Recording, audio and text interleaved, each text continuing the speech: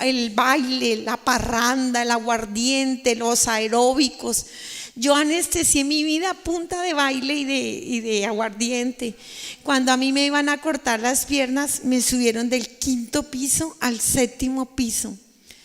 Yo veo a una señora que ya le han cortado la pierna y en ese instante me doy cuenta que el dinero no sirve para nada. Toda la vida yo fui una niña que aguantó hambre, una familia muy pobre, y para mí el dinero era una meta, y yo decía que el dinero lo compraba todo, lo podía todo. Cuando me van a cortar las piernas me doy cuenta que el dinero no sirve para nada. Me iban a cortar mis piernas. Yo en ese instante le pedí tanto a Dios. Yo ya había tenido una experiencia que ahorita les voy a comentar. Yo le dije: Señor, gracias por esta segunda oportunidad, pero por favor, yo le quiero pedir un favor, Señor, no me cortes mis piernitas, Señor. Déjamelas, así sea para medio caminar, así nunca más vuelva a hacer aeróbicos ni pueda bailar. Déjame mis piernitas, Señor. Sentí un calor como si me quemaran cuando miré mis piernas, porque sentí que me quemaban. Estaban rojas, ya no estaban negras, me dolían. Desde ahí tengo de vez en cuando mucho dolor y me pasa corriente. Me han hecho muchos tratamientos, pero la corriente que me pasa en mis piernas, sobre todo en la derecha, no me pasa. Por eso es que debo usar bota de caucho, porque la corriente no me permite usar otro tipo de zapato. Antes usaba zapato tenis, ahora ya aguanto el cuero encima porque antes no lo resistía. Pero para la gloria de Dios camino. Como pueden ver, aquí están estas piernas que Dios me regaló. Pero saben, hermanos, yo tengo una segunda experiencia. Esa segunda experiencia, cuando tengo de nuevo me le agravo y los médicos me tienen que reanimar, yo salgo de mi cuerpo. Cuando salgo de mi cuerpo por segunda vez, empecé a ver cómo de las paredes del quirófano brotaban un montón de personas con una mirada de odio, un odio aterrador. Ahí mismo busqué una explicación científica. Estoy alucinando, me falta el oxígeno, las endorfinas. Empecé a buscar un cuadro clínico porque yo estaba viendo eso. Pero llegó sobre mí la sabiduría. Y cuando llega sobre mí la sabiduría, no hay nada que hacer. Me doy cuenta con horror que eran todos los pecados que yo había cometido desde los 13 años hasta el último instante de mi vida. Y me doy cuenta de que el pecado no es gratis, tiene su paga. Venían por mí. Yo no le deseo a nadie que muera en pecado mortal, a nadie. Es aterrador. Yo salí corriendo aterrorizada, atravesé la pared del quirófano. Fue un salto al vacío, como a un abismo. Entré en un montón de cárceles, pero cárceles vivas, laberintos, como si fueran encrucijadas. Yo quería regresar y no podía. En cada cárcel, allá las cárceles son vivas, allá no hay nada así inerte, todo es vivo, o es amor vivo o es odio vivo. Al principio había muchísima luz y a medida que bajaba la luz se perdía. En las cárceles de arriba habían personas y las de puro arriba tenían tanta luz en sus vestidos, tanta luz que parecían un sol. No se les veía el rostro, ya habían sido perfeccionadas totalmente en el amor de Dios. Los ángeles ya les iban a sacar de ahí. Un poco más abajo yo veo a las personas con el vestido hermosísimo, de un blanco que nada se puede describir, pero los vestidos no son de tela, los vestidos son vivos. Estaban vestidas del Cordero de Dios. Yo me doy cuenta que ellas en su vida terrena, cada vez que comían del cuerpo de Cristo, Cristo las iba, el alma tiene huequitos y Cristo las iba cristificando, Ellas fueron formadas por el Espíritu Santo, eran adoradoras de Jesús. La universidad del alma para ir a la santidad es la adoración al Santísimo. Yo me doy cuenta que ellas adoraban a Jesús y el Espíritu Santo poco a poco las fue llevando. Después de que Jesús las iba sanando, las levantaba para que se movieran a servir, a amar y a entregarse por los demás. Fueron personas que no se quedaban pensando yo cómo sufro, yo cómo, ay, a mí cómo me toca de terrible, sino desde su mismo sufrimiento se levantaban a mirar a los que sufrían más que ellas. Ellas en la vida terrena vivieron amando a Dios y sirviendo y amando a los hombres. Lindas, pero yo no me pude quedar con ellas. Para mí fue hermoso cuando estoy un poco más abajo y veo a mi mamá que ya había muerto. Mamá estaba muy joven, más jovencita, casi una niña, linda estaba mamá y tenía ese fuego acá. Mamá, cuando ella estaba viva, decía en su vida terrena, porque allá es la vida eterna, mamá en su vida terrena decía que ella era muy feliz porque se había enamorado de Cristo y que Él le había incendiado el corazón y sentía muchísimo amor, y que un día se iba a morir del corazón de tanto amor que sentía. Y yo pensaba yo dije, pobrecita, mi mamá es loca. No, como no tiene dinero, como no estudió, tiene un marido borracho, alcohólico, mujeriego, machista y 7 hijos que ninguno la tiene en cuenta, pues la pobre alucina, tiene problemas de alucinación. Yo pensaba que mi mamá tenía contactos bipolares. Cuando la veo allá me doy cuenta que mi mamá no era una loca, sino una enamorada de Cristo. Pero yo no me pude quedar con mamá, yo seguí bajando. A medida que yo bajaba, las personas ya no iban estando lindas. En las partes hacia abajo, de la media hacia abajo, ya tenían abismos y muy poquita luz. Esos abismos, los vestidos eran abismos y los abismos las quemaban. Uy, sufrían horrible, pobrecitas. Uy, los sufrimientos. Y cuando yo las veo a ellas, me doy cuenta que esa sed, porque tienen una sed que las atormenta, una sed terrible, y me doy cuenta que esa sed que ellas tenían fue porque en la vida terrena tuvieron una relación lejana con un Dios allá por allá lejano, no una relación personal con Dios, no tuvieron comunión, cercanía profunda, y por eso tenían tanta sed. Pero el tormento más grande eran sus vestidos. Y me doy cuenta que esos abismos es la falta de amor que ellas tuvieron en la vida terrena, la falta de caridad, la falta de obras de misericordia. Ellas sufrían en ese eterno presente por una huella que todos dejamos en la eternidad. Todos cuando pasamos por la tierra dejamos una huella. ¿Qué huella dejamos? Cada persona con la cual tenemos que ver en la vida, nosotros allá vemos en el eterno presente qué hicimos. La humillamos, la maltratamos, jugamos con sus sentimientos.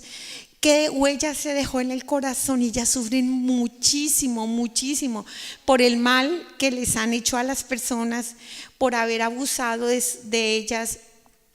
¿Cuántas personas con la lengua se han asesinado, se han destruido? Y ellas sufren muchísimo por esa huella que dejaron. Pero el tormento más grande fue por los pecados de omisión, la indiferencia, pasar por el mundo sin que nada les conmueva, sin que nada les duela, incapaces de moverse hacia la pobreza, hacia la necesidad, pobreza corporal y espiritual de las demás. Ellas solo descansaban cuando el sacerdote eleva a nuestro Señor. Cuando el sacerdote eleva a nuestro Señor es un momento tan santo, es un momento tan santo que la gloria de Papá Dios, la nube de Él se mueve y llena toda la comunidad de su nube, una nube resplandeciente. Los ángeles, los santos se postran delante del Cordero de Dios. Es un momento pero tan santo, que del corazón de Jesús sale muchísima agua y ellas calman la sed tomando de esa agua. Esas almas calman su sufrimiento en el momento de la elevación. Ese es el momento donde ellas dejan de sufrir y se postran. Ese momento es tan grande que los ángeles de todos los rincones de la tierra, de todas las naciones, Espiritualmente se traen a todos los agonizantes de todas las naciones al momento de la mayor misericordia.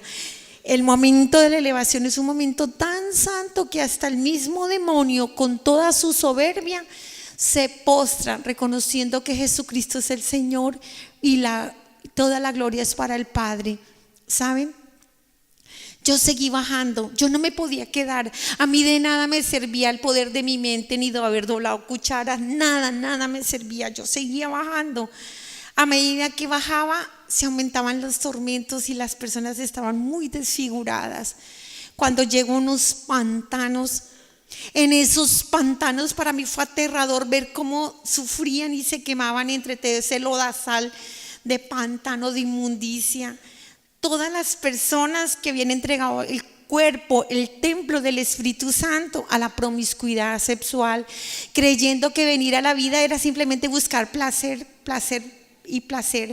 Y veía cómo sufrían todas esas personas y cómo se le tenía que desprender todo eso de su carne, el sufrimiento terrible.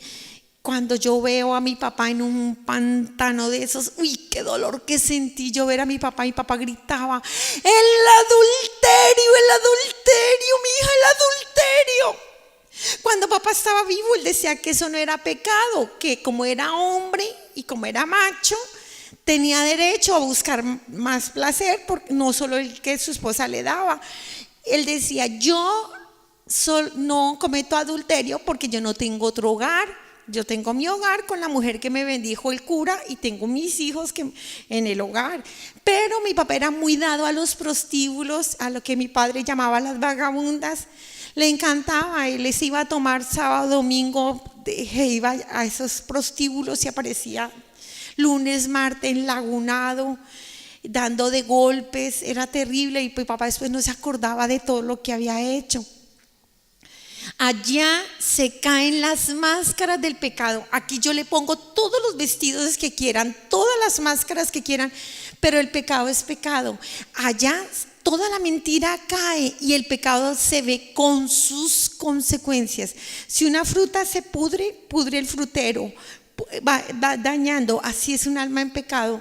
Papá lloraba y se quemaba cada vez que mis hermanos, él en el eterno presente, porque allá es eterno presente, no hay tiempo ni hay espacio, en un eterno presente, veía cada vez que mis hermanos se embriagaban, gastaban el dinero del bienestar de sus hijos y de desarrollarse ni salir adelante.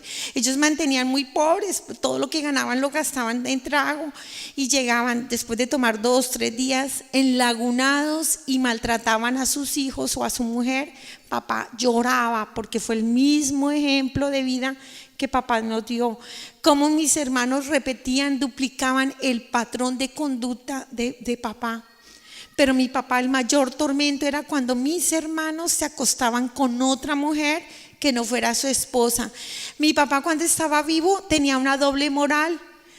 A mis hermanos les decía que eso era ser machos, los que no se dejaban, los que daban de golpes, y los que tenían muchas mujeres, porque eso era hombría. Y a nosotras, las hijas, que éramos 3, nos decía: ustedes cuidaditos con ser vagabundas, ustedes mujeres de un solo hombre, ustedes no son la bolsa de basura para que los hombres vengan a revolcarse y luego las boten al caneco. No, señora, ustedes valen mucho, y si no, yo mato al que se meta con ustedes. Pero allá papá veía las consecuencias de su pecado. Qué terrible cuando yo veo el sufrimiento de papá quemándose entre ese pantano. Pero yo sigo bajando, y cuando papá, yo escuchaba a mi padre, decía: gracias, Señor, gracias a esos 38 años de oración de esa santa mujer que me diste por esposa, yo me salvé. 8 años antes de papá morir se confesó. Mamá lloraba dándole gracias a Dios. Mamá siempre oraba por la conversión de mi papá y por la conversión de todos los adúlteros. Ella decía: pobrecito, está enfermo. El enemigo me lo amarró, me lo encadenó, me lo tiene enfermo. Y entonces yo decía: mamá, en lugar de estar rezando, póngale los cachos a mi papá, déjelo. tenga dignidad, haga algo. A mí me daba una rabia ver a mi mamá rezando en lugar de estar haciendo lo mismo para vengarse. Me daba una impotencia. Y mi mamá decía: cállese, mi hija, no deje que el diablo hable en su boca. No ve que yo quiero ir al cielo, pero yo sé que tengo que ir con mi marido, que somos una sola carne. Y yo le pido a Dios que un día Él sea liberado. Y yo le pido a Dios que mi marido encuentre en mí todo lo que Él necesita para que no tenga que salir a la calle a buscarlo, el pecado y la perdición. Para mí mi mamá no tenía dignidad, pero ahí me doy cuenta el poder de la oración de mamá. Cuando yo le decía a mi mamá: al menos llore, que su marido le está poniendo los cachos. Papá decía de frente: me voy a tomar, me voy a pegar unos tragos y luego me voy para donde las vagabundas, pero vengo aquí el lunes. Tan tranquilo, lo decía de frente. A mí me daba mucha rabia y yo quería que mi mamá se pusiera a llorar. Y yo le decía: mamá, llore, aunque sea, que yo veo que las mujeres que le están haciendo eso lloran y se revuelcan del dolor. Y decía mi mamá: pero ¿por qué voy a llorar si yo no soy la que estoy poniendo los cuernos, mija? ¿Saben? Yo no pude volver a ver a papá porque yo seguí bajando. Cuando yo bajé, llegué a una parte plana. En esa parte plana era terrible cómo sufrían esas personas. Ahí estaban las mujeres y los hombres que habían aconsejado abortos, cómo sufren los que habían trabajado en favor del aborto, pero se habían arrepentido al final de sus vidas y Dios los había perdonado, pero sufrían terrible. Sobre su lengua, sobre su palabra colgaba el crimen del bebé y ellos no pueden gritar. Los que han dado malos consejos y han hablado mucho no pueden gritar. Ellos tienen la boca así cerrada y les sangra, pero cuelga sobre la boca la consecuencia de sus palabras. Cuando se ha aconsejado un aborto, el bebé asesinado, cuando lo están partiendo o cuando lo están quemando, el bebé grita y grita porque le duele. Así tenga un segundo de fecundado, le duele al bebé cuando lo están matando. Y ellos gritan porque ven el asesinato del bebé que colgó de sus palabras. Ven sin engaños lo grave que es aconsejar abortos. Y saben lo terrible. Ven qué iba a ser. Dios les muestra cuál iba a ser la misión de ese niño. Si iba a ser un abogado, un sacerdote, una religiosa. Y ven si ese joven iba a casarse, iban a tener hijos, nietos. No se mata un niño, se mata una generación. ¿Y quién repara eso? Terrible cómo se revolcaban ellos en ese sufrimiento. Saben, yo seguí bajando. Cuando llegué a una parte plana, gritaba horrorizada cuando ruge y se abrió una boca viva como un torbellino y me chupa, y yo me voy de cabeza en ese hueco. Esa boca me chupó así, yo me fui de cabeza. Cuando yo estoy entrando a esa boca, había la boca de arriba que se abrió. Entre la boca de arriba y había una boca abajo, pero esa boca estaba cerrada. Entre la boca de arriba y la boca de abajo había un horrible hueco lleno de millares de personas. Cuando yo estoy entrando, yo sabía que yo no me iba a quedar en el hueco, entre el hueco de arriba, sino que la boca de abajo se abría. Y si la boca de abajo se abre, yo de ahí no iba a volver. Yo sabía que no iba a entrar, yo no salía más nunca de ahí. Pero gracias a Dios, cuando estoy entrando, San Miguel me coge de los pies. Mi cuerpo estaba allá. De inmediato saltaron sobre mí un montón de terribles criaturas que me quemaban. Eran espantosamente aterradoras y me jalaban, me quemaban. Mi alma en pecado mortal, 23 años sin confesión, era horrible, putrefacta, parecía un infierno. Desfigurada, maloliente, el pecado me quemaba por dentro, esas criaturas me quemaban dentro y las otras me pegaban como sanguijuelas y me jalaban, esa boca me apretaba, era horrible. Y yo aterrorizada, empecé a gritar: ¡sáquenme de aquí! Yo nunca he robado, yo nunca he matado, yo le daba mercado a los pobres, yo saqué muchas muelas gratis a los necesitados. Y desesperada grito: Es que soy católica, por favor, sáquenme de aquí. Cuando grito que soy católica, veo unas escaleritas encima del hueco. Las escaleritas tenían mucha luz. En el primer escalón veo a mi papá con muy poquita luz. 4 escalones más arriba veo a mi mamá con muchísima luz. Yo les empecé a gritar: papitos, por favor, sáquenme de aquí. Cuando mi padre me ve en ese hueco, mi padre pegó un grito y un dolor y llorando. Yo nunca había visto a mi papá llorar así. Y mi padre grita: no, Señor, mi hijita, no, Señor, mi hijita, no. Yo me doy cuenta que mis padres no me podían sacar, pero me di cuenta de algo y ustedes se van a acordar de mí, porque en cualquier momento vamos a morir. Y no importa el rico, el científico, el poderoso, todos vamos a morir en cualquier instante y todos vamos a estar ahí. Y saben, se van a acordar de mí. Todos los padres vamos a estar en el juicio de nuestros hijos, todos. Y todos les vamos a responder por el hogar, por la formación que le hemos dado a nuestros hijos. Y mi padre lloraba porque se preocupó por darme carrera siendo tan pobre. Me enseñó a ser trabajadora y a ser luchadora, y eso estaba bien, pero se le olvidó que tenía vida eterna. Y saben, todos los padres le responden a nuestro Señor. Sobre todo el que más duro responde es el hombre. El hombre, por no ser el patriarca, el que ama a su mujer, el que la respeta, el que da la vida por su mujer, la ama cuando está joven, linda, y cuando ya está vieja. La ama porque son una sola carne y la respeta. Ese hombre que Dios le da el don y la autoridad, un callado para imprimir en sus hijos la presencia del amor de Dios. Un hombre que con su vida y con su ejemplo le muestra la vida en Dios y los mandamientos. Pero si ese hombre no ha mostrado a Dios, si ese hombre no ha formado hijos para la eternidad, si ese hombre no ha amado ni respetado a su mujer, ustedes no se imaginan el sufrimiento. Yo sentía mucho dolor viendo el dolor de papá, pero mi mamá tenía paz. Mi mamá nada le quitaba la paz de sus ojos.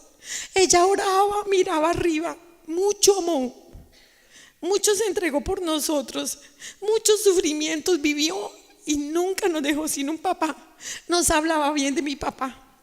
Decían: él no es malo, él está enfermito, ayúdenme a orar para que él se convierta. No fue sembradora de odio. Como mucho dio, como mucho se entregó, Dios la perdonó mucho en sus defectos, en sus pecados. Mamá tenía paz. Cuando yo veo a papá y a mamá respondiendo por mí, yo empecé a gritar de nuevo: por favor, sáquenme de aquí. Es que yo soy católica, por favor, sáquenme de aquí. Ahí sí decía que era católica. Ya no estaba hablando que esos curas eran unos depravados, que las religiosas eran unas menopáusicas, que la gente de oración era aburridísima. Ahí cuando grito que soy católica por segunda vez, una hermosa voz todo lo llena de paz, todo lo llena de amor. Esas criaturas horribles no resistieron el amor de Dios y se van. Y me dice esta voz: muy bien, y si tú eres católica, dime los mandamientos de la ley de Dios. Mandamientos, solo sabía que eran 10, jaque mate. Y entonces yo pensé: ¿qué voy a hacer? Y ya pensé rápido: voy a hablar del primer mandamiento, que ese sí lo sé. Y dije: el primero, amar a Dios sobre todas las cosas y al prójimo como a sí mismo.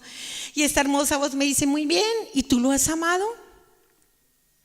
Yo grité: yo sí. Cuando me dijeron no, todas las máscaras cayeron, toda mi hipocresía, todo cae. Quedó mi alma al desnudo, la intención de mi corazón quedó abierta. No, Tú no has amado a tu Señor sobre todas las cosas, muchísimo menos a tu prójimo como a ti misma, porque tú tenías un Dios. Esa idolatría que te sometió. Tu Dios, el dinero. Y yo grité, ¿cuál dinero? Si yo dejé en la tierra muchas deudas, estoy en bancarrota. Hasta ahí hablé, porque me abrieron el libro de la vida. Todos tenemos un libro de la vida, todos. Es tanto el amor que tiene Dios por nosotros, es tanta la pasión que todos tenemos un libro, el libro de la vida. Lo lindo del libro de la vida, un Dios enamorado, un Dios apasionadísimo de nosotros. A pesar de ser uno tan miserable, Él enamorado tanto nos ama que su Hijo, prueba de ella, es su Hijo en la cruz, de ese amor.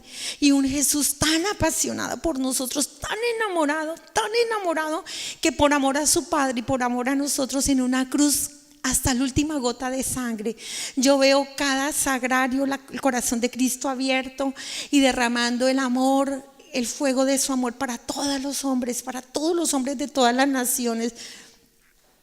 ¿Saben lo lindo del libro de la vida? Es un Dios que quiere la salvación, no la condenación. ¿Saben cómo podría, y perdón, espero no decir una barbaridad, cómo puedo decir el amor de Dios? Un rey enamoradísimo haciéndose mendigo por nosotros, rogándonos todo el tiempo para que abandonemos nuestra maldad, la mentira, la envidia, el odio, buscándonos. Eso es lo que puedo hablar de lo lindo del libro de la vida. Lo feo del libro de la vida, lo que yo escribí, mi respuesta al amor de Dios. ¿Saben cómo empezó el libro de la vida? En el momento en que se unió el óvulo y el espermatozoide de mis padres. No se alcanzaron a unir cuando hubo una explosión inmensa, y el vientre de mamá se iluminó como con un sol. Mi alma, desde la misma fecundación, mi alma adulta, madura, pleno entendimiento, plena sabiduría, con talentos, con un proyecto de Dios en mí, y hablaba con Dios. Hasta ahora se movían mis células biológicas y yo ya me gozaba de Dios.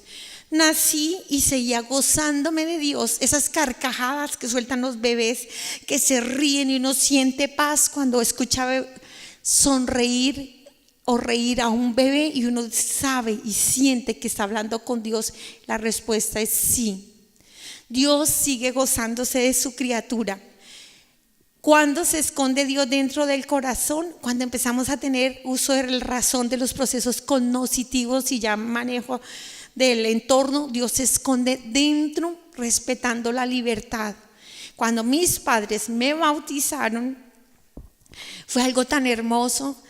El Espíritu Santo tomó mi espíritu y mi alma y me metió dentro del corazón de Cristo, en el agua viva del corazón de Cristo. En el momento en que el sacerdote me echaba el agua, yo estaba sumergida en el agua del corazón de Cristo. Entré a una profundidad de oscuridad de mí misma, pero salí vestida del Cordero, blanquísima, mi alma blanquísima. Cuando el sacerdote pone la cruz aquí, una nube de fuego baja del cielo, la nube de Papá Dios, y nos marca en la frente: hijos de Dios, pagados a precio de sangre, la sangre de su Hijo. Cuando nos ponen el nombre, que nuestros padres han puesto el nombre, es un proceso de unos padres amantes que piensan cómo va a llamarse su hijo. La iglesia toma eso y queda escrito en el libro de la vida con la sangre del Cordero. Ese es